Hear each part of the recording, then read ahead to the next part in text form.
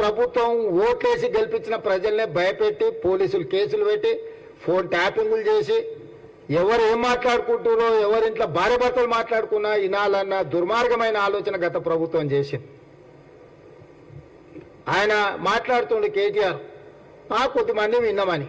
ఏం పనే మంది సంసారాలలో ఏలు పెట్టి చూసే పని మీకు? ఎవడన్నా సిగ్గునోడు అట్లా మాట్లాడతాడా? ఇంటే విన్నాం కొంతమంది ఫోన్లు, ఇంటే ఏమవుతుందట? ఎవడన్నా గిట్లా భర్తేజించి ఎవడన్నా మాట్లాడతాడా? ఇంటే ఏమవుతుంది? గదే అవుతుంది. చెర్లపల్లిలో చిప్పకూడి తినాల్సి వస్తుంది. ఇప్పుడు వాళ్ళు చెప్పినట్టు ఉన్న అధికారులు ఈరోజు ఊసలు లెక్క పెడుతున్నారు. ఆయన అంతకంటే ముందే చెప్పినాం, వద్దురాని ఆయన వాళ్ళు దుర్మార్గులు, దోపిడీదారులు, దొంగలు, వాళ్ళ మాటలు విన్నారంటే మీరు జైలుకు పోతారు, మిమ్మల్ని తర్వాత తిరిగి కూడా చూడారని. ఇవాళ కేసులలో ఇరుక్కున్న వాళ్ళని అయ్యో పాపం అని కూడా అంటలేరు వాళ్ళు. చేసినాం ఇట్లనే చేస్తాం.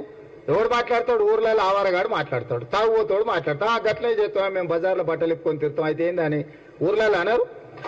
ఎవడంటాడు? తాగుపోతాడు తిరిగిపోతాడు అంటాడు. గట్ల మేము గిట్లనే ఉంటాం. ఊర్లో ఎవరైనా పెద్ద మనిషి పిలిచారా ఇది మంచిది కాదురా నాయన పద్ధతి మార్చుకో అంటే మేము ఇట్లనే ఉంటామా? ఏం నువ్వేంది నాకు చెప్పేది?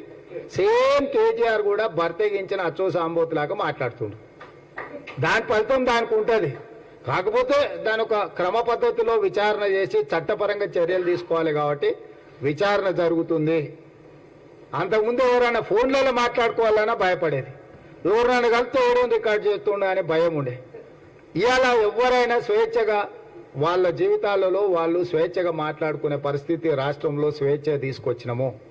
ఇవాళ ఏదున్నా సచివాలయానికి వెళ్ళి మనం చెప్పుకునే పరిస్థితి ఉంది.